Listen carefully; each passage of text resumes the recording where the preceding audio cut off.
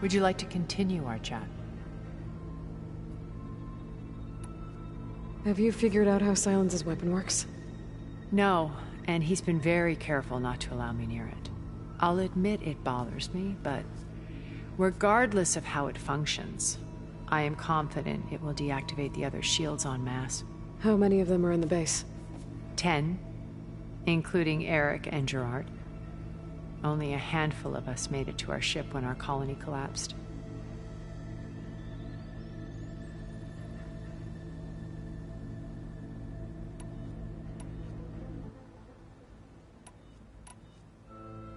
So, Eric... was he always a bloodthirsty psychopath? I believe he got worse over time. On Earth, he was the founder of a profitable private military company. A band of cutthroats, in other words. Even as governments abandoned human combatants in favor of automated warfare. He found success with clientele that required a more personal touch. There were also rumors that he personally hunted and killed his targets. On occasion, all for the thrill of it. But on Sirius, he retreated to virtual reality simulations. In them, he could go on rampages as violent as he pleased, though I suspect with diminishing satisfaction. All of his tribe believes he was one of the greatest people from the old world. Then they would be quite disappointed to meet him, though I'm sure he'd bask in the adoration.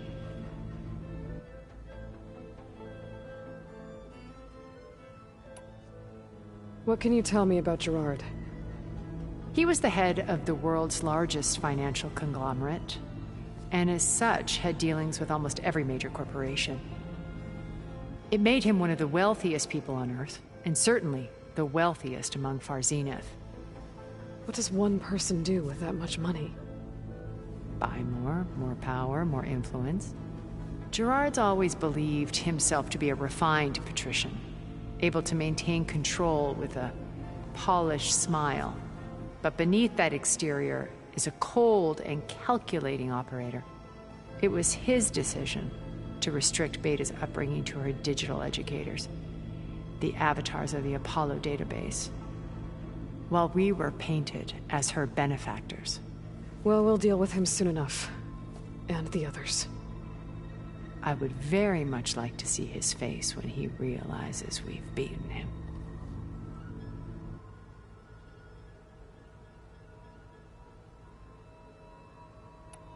When I was in the ruins of Vegas, I found data on a man named Stanley Chen.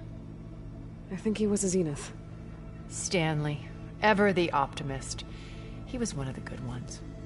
When we established our colony, he built an exact replica of Las Vegas in virtual reality.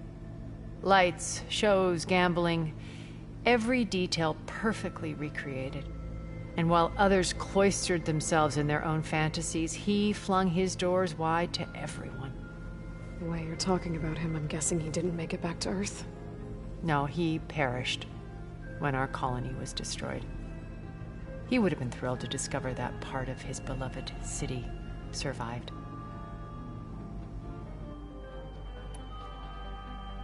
When Beta escaped and hid in an ancient research facility, I saw another one of the Zeniths, Verbena. Who was she? A dull star amidst a sea of brighter constellations. Unlike most of Far Zenith's members who amassed their wealth through shrewd business deals and technological achievements, Verbena inherited her billions. Her father had achieved great success in the luxury holotourism industry. At age 24, she became the world's most eligible bachelorette, branding herself a life designer. Someone who leverages their fame to influence the choice of others. What, like a cult? In a way, yes. Well, she must have done something right to have survived this long. She was her own brand of ruthless. That much is true. But even rats can cling to a vessel for escape.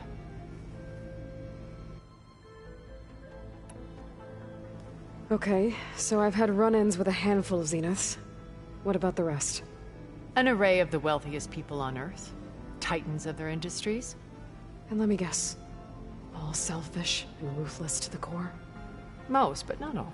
There were a few with whom I got along. Annika Murjani, for instance, was always delightful.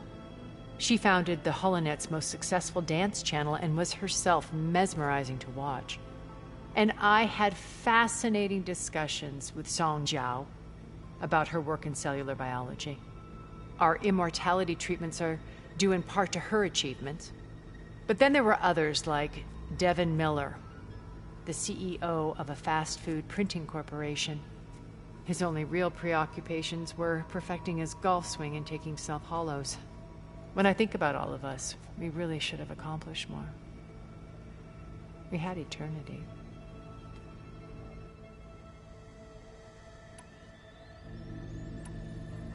I should be going. I'll be making final preparations.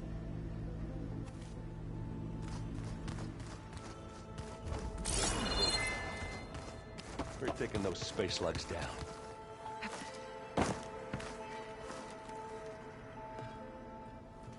Aloy, it appears that we have some interesting new guests. I'm glad to see you're okay, though. I heard you gave the Tanakh something to talk about. I was half expecting you to burst in through the ceiling riding a sunwing. Sorry to disappoint.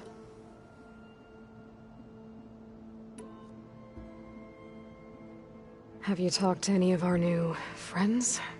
Erend and I tried speaking to Silence, but apparently our tribal prattle is unnecessary. Charming, isn't he?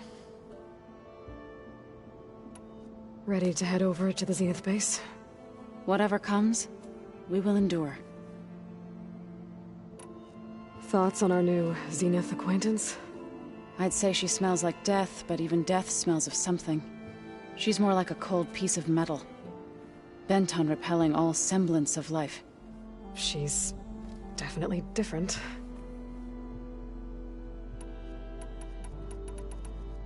I have to go.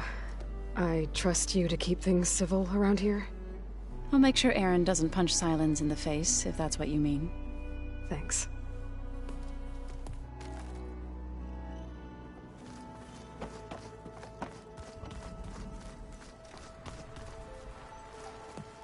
Is this a bad time to talk? Not at all. Are you okay? I was wondering, is it really safe having someone like Regala here? She seems angry.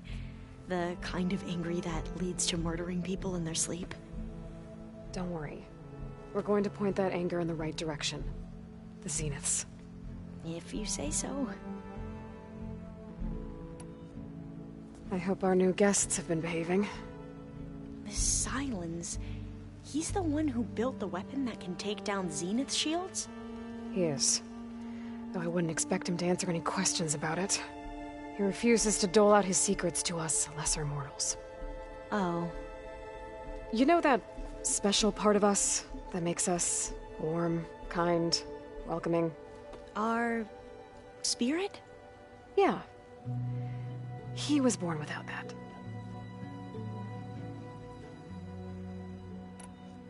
You sure you're okay going on this mission? I know things must be happening pretty fast for you. I've already braved oceans and madmen who thought they were ancestors reborn. Why not a few immortals with lethal drones at their command, too? Guess the more the merrier.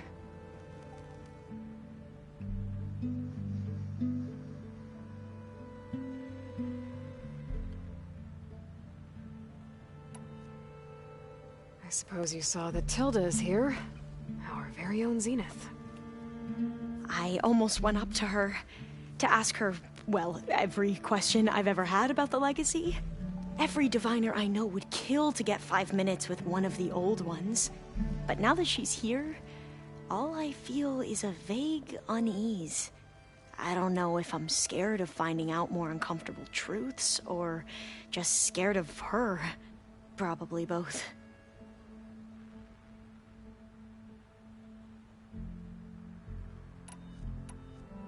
I should head out. Right. I have archives to get back to.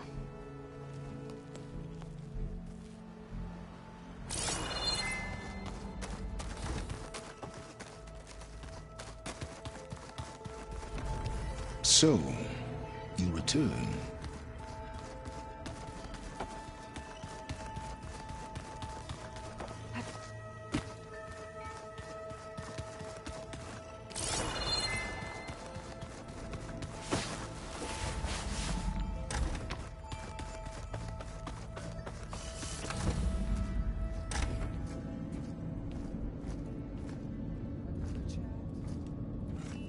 This place smells wrong.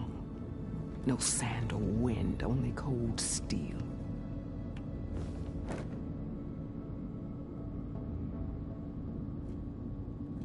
And the others up there, your squad. They can hold their own. And as for this base, it may not be what you're used to, but it is a shelter. Call it what it is. A cage. You came here on your own. For the battle you promised. So for now I wait in my cage for your word. Tell me when to strike.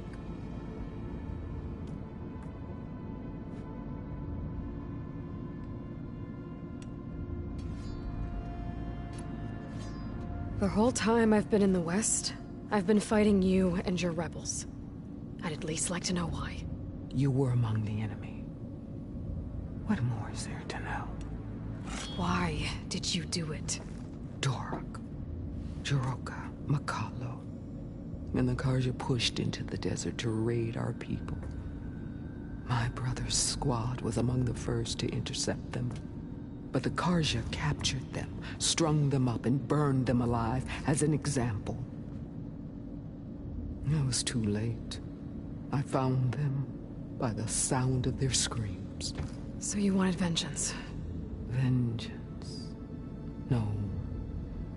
I wanted devastation. To tear down the Karja's cities and drown the land in blood. Hunt down every last survivor and grind their bones until the sky chokes on the dust. But my chief betrayed me. Betrayed the Tanakh.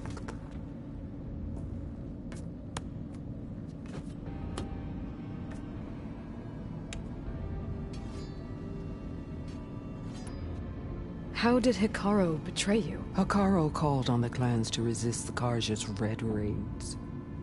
But we did more than just defend. We hunted them, and they fled as children before a pack of claw striders all the way to their border. There we ripped down their stone walls. Their domain was ours for the taking. But when it came time to push on, Hikaru ordered us to fall back. What soldier retreats when slaughter is at hand? The kind who wants peace for their people. Peace is just a lull between vendettas. But I thought my chief had greater tactics than mine, so I stood by him, even when he allowed that filthy Karja to join our ranks. Fashav. I enjoyed watching him die at the embassy. He should have been put down when we first captured him on the field. Instead, Hikaru made him a marshal. Fashav told me how he became a marshal. He earned it just like any Tanakh. It was an insult. No outlander can ever deserve to wear our armor, bear our marks. And then a Karja messenger was brought before us? That's when I knew. I had to run my blade through Hikaru and drag his treacherous corpse to the gates of the sun.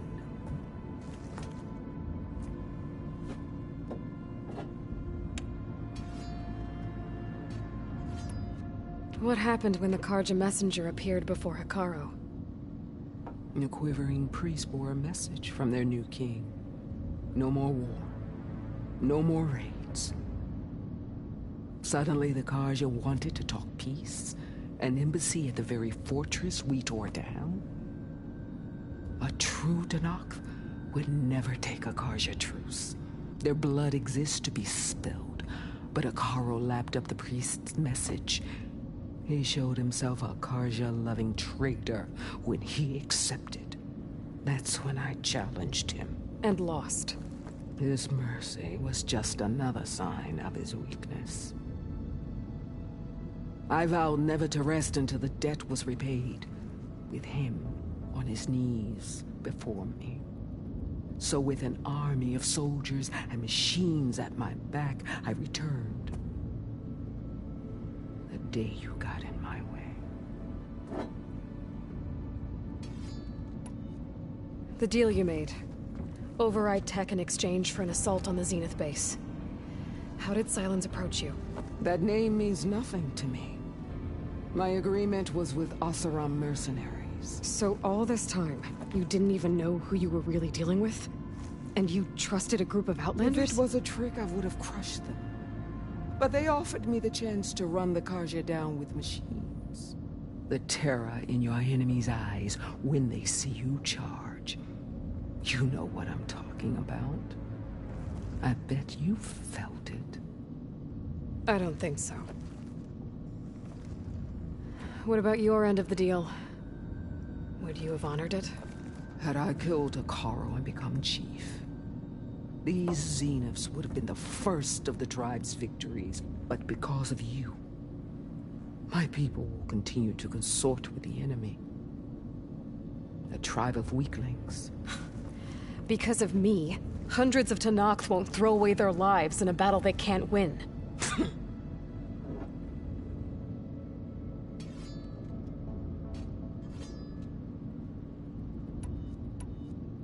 Are you really going to fight alongside me?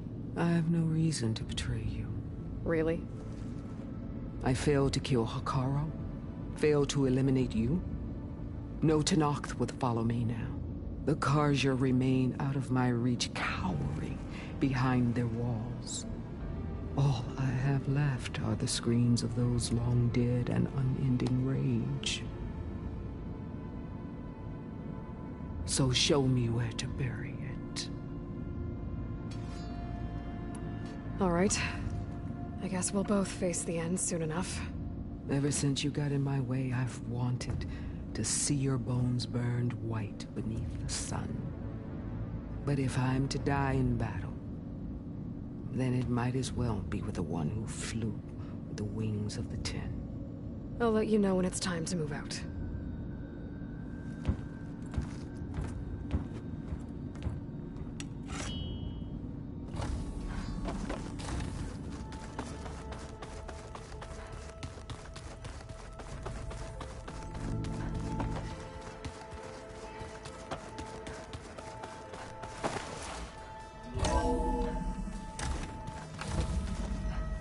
Okay.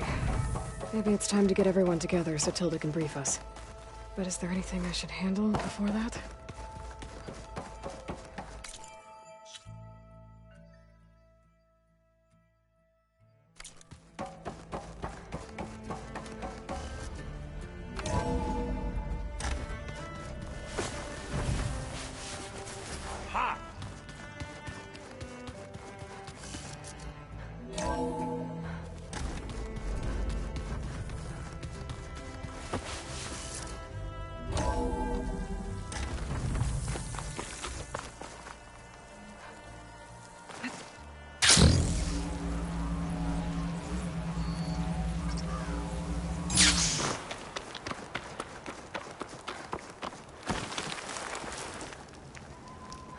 Sit with me, Outlander. I've got something to tell you. If you walk by, you'll miss out on a good trade.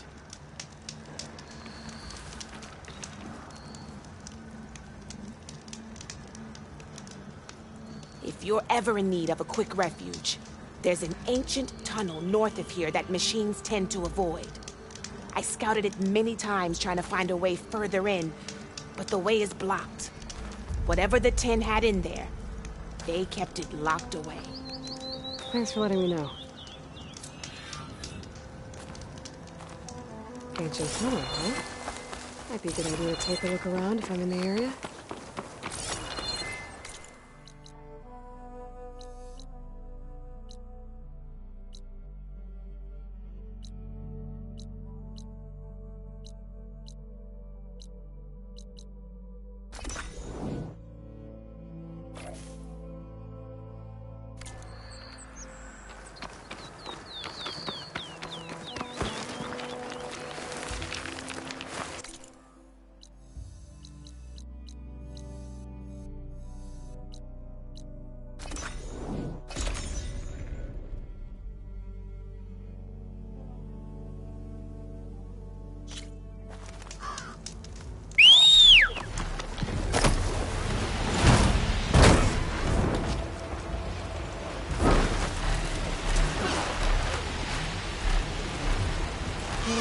This is the